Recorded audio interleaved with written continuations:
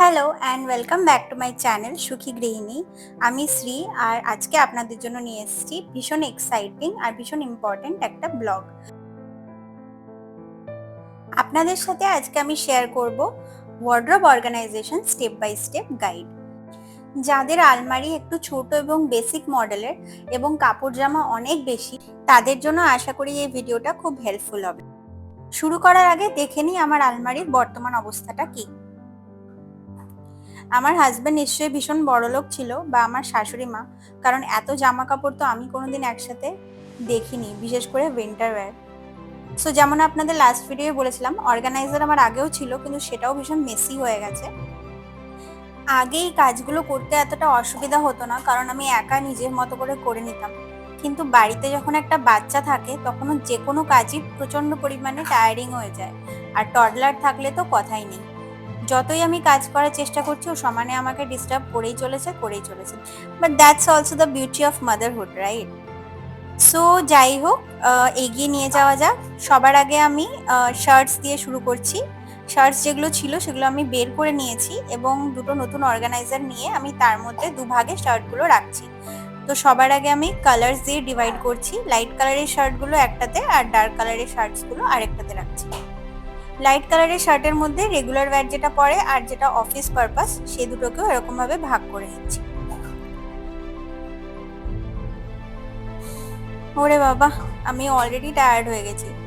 আসলে সংসারে এত কাজ থাকে, সেগুলো করে যে কোনো এক্সট্রা কাজ করতে গেলেই অলরেডি টায়ার্ড হয়ে যাই।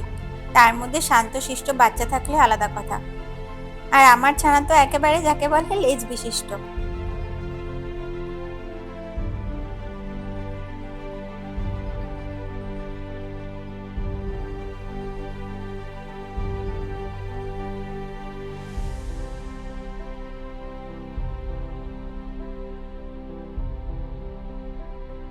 ডার্ক কালারের শার্ট যেহেতু ওর একটু বেশি, আর জায়গাটাও বেশি লাগবে, সেই জন্য এই অর্গানাইজারটা একটু ছোট পড়ে যেতে পারে। যেই প্রসেসে আমি ভাঁজ করছিলাম, সেটা আরেকটু কম শার্টের জন্য একদম পারফেক্ট আছে। কিন্তু যেহেতু ওর শার্টের কাউন্টটা একটু বেশি, সেই জন্য আমি দেখছি যে একের উপর এক শার্ট রাখলে উঁচু হয়ে যাচ্ছে, এবং ভাড়া রাখতে না পেরে পড়ে যাওয়ার সম্ভাবনা বেশি। তাই এইভাবে লম্বা প্রসেসে ভাঁজ করলে অনেকটা এক্সট্রা জায়গাও পাওয়া যায়, আর পড়ে যাওয়ার সম্ভাবনা তো থাকেই না।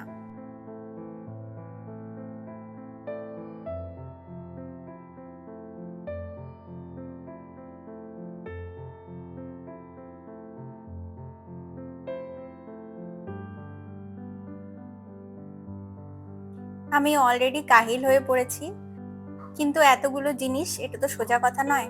তাই একটু জল খেয়ে নিজেকে আবার রিভাইভ করে আবার শুরু করলাম। তো এইবারে ব্লেজারগুলোকেও নামিয়ে নিচ্ছি, কারণ এই ব্লেজারগুলোও কিন্তু যথেষ্ট জায়গা নেয়। তো সবার আগে ওই ফাঁকা জায়গাটায় অ্যারেঞ্জগুলো করে নিয়ে পরে আবার আমি ব্লেজারগুলোকে ঠিক করে রাখবো।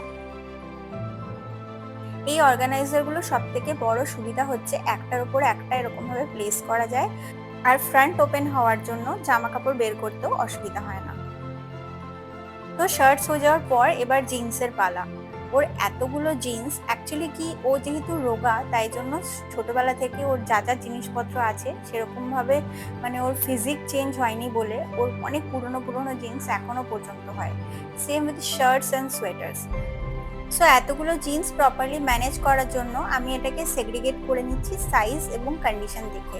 এখন যেহেতু ওর এক সাইজ বড় হয়েছে, তাই জন্য ওর সাইজের জিনিসগুলোকে আমি আলাদা করে রাখছি, আর যেটা একটু ছোট সেগুলোকে আলাদা করে রাখছি।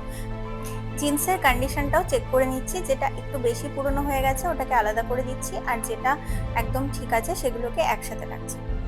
যদিও আমার হাজব্যান্ডের এত জামা কাপড়, কিন্তু ও দুটো তিনটে জামা কাপড় দিয়ে কিভাবে যে পুরো মাস চালিয়ে দেয় আমি ভাবতেও পারি না। কিচ্ছু ইউজ করে না, যেমন কাটটা তেমনই পরে থাকে।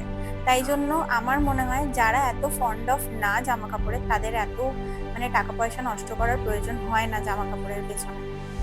তো যাই হোক, জিন্স আলাদা করে আমি ভাঁজ করে নিয়েছি। এইবারে টি শার্টের পালা। তো টি শার্টও প্রচুর ডিভাইড করে নিচ্ছি, বাড়িতে পরার এবং বাইরে পরার হিসেবে।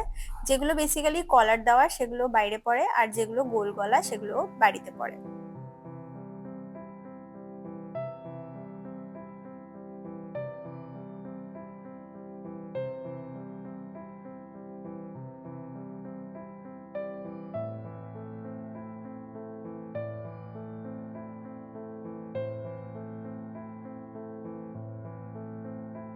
ওর রাউন্ড নেক টি শার্ট যেহেতু বেশি, সেই জন্য এটাকে ভালো করে অর্গানাইজ করতে হবে। তো আমি আরেকটা অর্গানাইজারের মধ্যে ছোট ছোট ফোল্ড করে দুটো সেটে আমি এটাকে ফিক্স করছি। দুটো সেটের মধ্যে এক সাইডে রাখছি আমি ডার্ক কালার আর এক সাইডে রাখছি আমি লাইট কালার। সত্যি কথা বলতে এই বাড়িতে পরার জামা কাপড়গুলো ও একদমই পরে না। দুটো বা তিনটে টি শার্ট, এই যে কদিন আগে হোলি গেল, রং লেগে যাওয়া টি শার্টটাই পরে যাচ্ছে এখনো, এত বলি কিন্তু তবু চেঞ্জ করে না।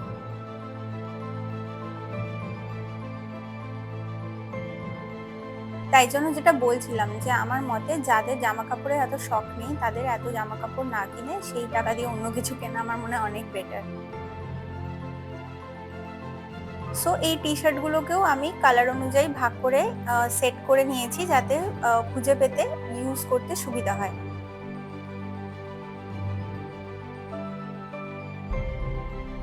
ছোট ছোট জিনিস যেমন রুমাল, মোজা, এগুলো আমি যে জায়গাটা একটুখানি খালি খালি সেই জায়গাটায় শিফট করে দিলাম। ব্লেজার গুলোকে ঠিক করে অ্যারেঞ্জ করে নিলাম। আসলে আলমারির সাইজটা এতটা ছোট যে একটু এদিক ওদিক বেশি জিনিস রাখতে গেলেই প্রবলেম হয়ে যায়, যার জন্য এই ধরনের আলমারির জন্য অর্গানাইজার্স আর দ্য বেস্ট।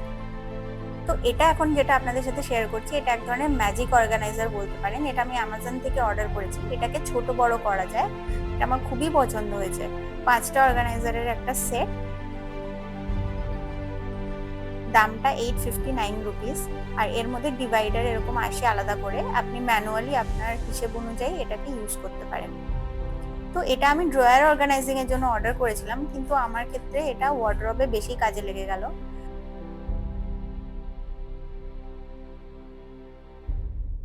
ছোট ছোট ইনার গার্মেন্টস গুলোকে আপনারা রোল করে এখানে সেট করতে পারেন, খুঁজে পেতেও ইজি হয় আর মেসিও হয় না।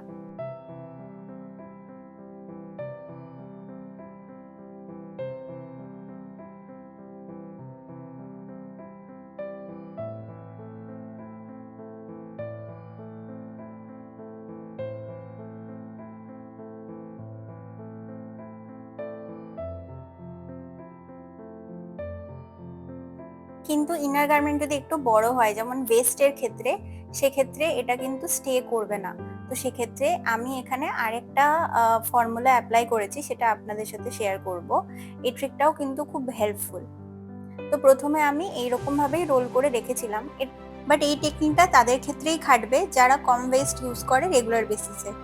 যারা বেশি ওয়েস্ট ইউজ করে মানে ডেলি ইউজের জন্য, তাদের কিন্তু এটা একটু অসুবিধাই হয়ে যাবে। সো আপনাদের সাথে শেয়ার করছি একটা ট্রিক। আপনাদের সবার বাড়িতে নিশ্চয়ই রাবার ব্যান্ড আছে, তো সেই রাবার ব্যান্ড দিয়ে আপনারা যদি এইভাবে এটাকে বেঁধে নেন তাহলে এটা এরকম ভাবেই স্টে করবে, প্লাস ইউজ করতেও আপনাদের সুবিধা হবে। তো কেমন লাগলো ট্রিকটা আমাকে জানাবেন। সো ছোট অর্গানাইজার হওয়ার জন্য সাইডে রাখতেও খুব ইজি হয়ে যায়। সেম প্রসেস ফলো করেই আমি ছোট একটা অর্গানাইজার নিয়ে নিলাম, যেটা আমি ইউজ করব এখন শর্টসের জন্য। তো ওর যে শর্টসগুলো ডেলি ইউজের দরকার হয়, সেই শর্টসগুলোকেও আমি সিমিলার প্রসেসে রাবার ব্যান্ড দিয়ে বেঁধে এই অর্গানাইজারটায় রেখে দিয়েছি।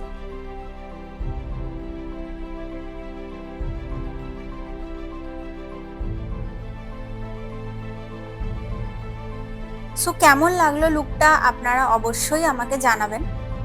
এবার বাকি থাকলো শুধুমাত্র উইন্টার ওয়্যারের কালেকশনগুলো। সো এখন বাজে রাত্রি 11টা মতো, আমাদের রাতের ডিনার ফিনার সব কমপ্লিট। তো এখনই লাস্ট পার্টটার জন্য হাজবেন্ডের হেল্প নিতে আমার একটু দ্বিধাবোধ হচ্ছে না, কারণ এই পার্টটা সব থেকে ডিফিকাল্ট। সো এই উইন্টার ওয়্যারের কালেকশনগুলোর জন্য আমি নিয়ে নিয়েছি 3টে ক্লথ অর্গানাইজার। এগুলো ভীষণ চিপ আর অ্যামাজন থেকে ইজিলি অ্যাভেলেবেল।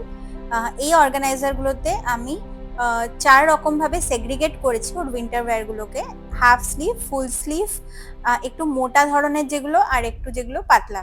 তো এইরকম ভাবেই আমি অর্গানাইজারের মধ্যে এগুলোকে স্টোর করছি। উইন্টার ওয়্যারের কালেকশন ওর প্রচুর। আসলে আমার শাশুড়ি মা ছেলেকে এত জামা কাপড় দিয়েছে, এত জামা কাপড় দিয়েছে যে বললাম না, আমি নিজের জীবদ্দশায় কোনোদিন এত উইন্টার ওয়্যার দেখিও নি, ইউজও করিনি। তো যাই হোক, এগুলোর মধ্যে কিন্তু ও ইউজ করে না, ওই একটা দুটো সারা শীতে দুটো উইন্টার ওয়্যার বের করে সারাক্ষণ ওই দুটো পরে পরে পরে পরে আবার ওগুলোকে রেখে দেবে, আর বাকিগুলো যেমনকার তেমনই থাকে। দেখুন আরো বেরোচ্ছে। ও নিজেও অনেক টায়ার্ড হয়ে গেছে। বাট এটাই আমাদের লাস্ট সেগমেন্ট, এটা হয়ে গেলেই ব্যাস আমাদের ওয়ার্ড্রোবের অর্গানাইজেশন শেষ।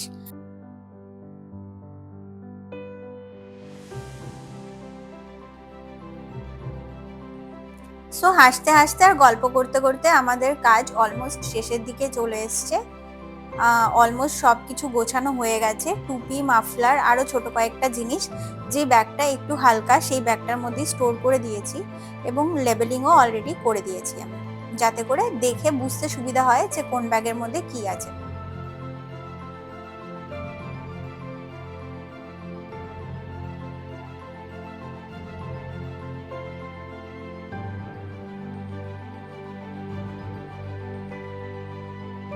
সো আপনাদের ভিডিওটা কেমন লাগলো অবশ্যই আমাকে কমেন্ট করে জানাবেন, আর ভালো লাগলে চ্যানেলটাকে ডেফিনেটলি সাবস্ক্রাইব করতে ভুলবেন না। আসলে আমি বরাবরই কাজ করতে ভীষণ ভালোবাসি, ওয়ার্কহলিক কাইন্ড অফ বলতে পারেন, এবং লাস্ট 12 বছরে কোনোদিন আমি কাজ না করে বাড়িতে থাকিনি। আর এখন যেহেতু আমি ছুটিতে আছি, আর যেহেতু একটা প্রপার হোম মেকার হয়ে উঠছি ধীরে ধীরে, তাই আমি এটাই চেষ্টা করেছি যে আপনাদের সাথেও এই জিনিসটাকে, আমার এই জার্নিটাকে শেয়ার করে একটু আনন্দ যাতে সবাইকে দিতে পারি। প্লাস যেই জিনিসগুলো আমার এক্সপিরিয়েন্স হয়েছে সেই কিছু কিছু এক্সপিরিয়েন্স আমি শেয়ার করতে চেয়েছি, যাতে কারো না কারোর কিছু না কিছু হেল্পে আমি আসতে পারি। আসলে একার সংসার আর এইটুকু একটা ছোট বাচ্চা, সবকিছু ম্যানেজ করতে একটু প্রবলেমই হয় বটে, কিন্তু আমি চেষ্টা করি সবসময় যাতে আমি রেগুলার বেসিসে কন্টেন্ট দিতে পারি। আপনাদের ভালোবাসা পেলে আমি আরো বেশি মোটিভেট হতে পারবো, তাই জন্য আপনাদের করা একটা লাইক বা কমেন্ট আমাকে অনেক অনেক বেশি মোটিভেট করবে ভালো কন্টেন্ট বানানোর জন্য।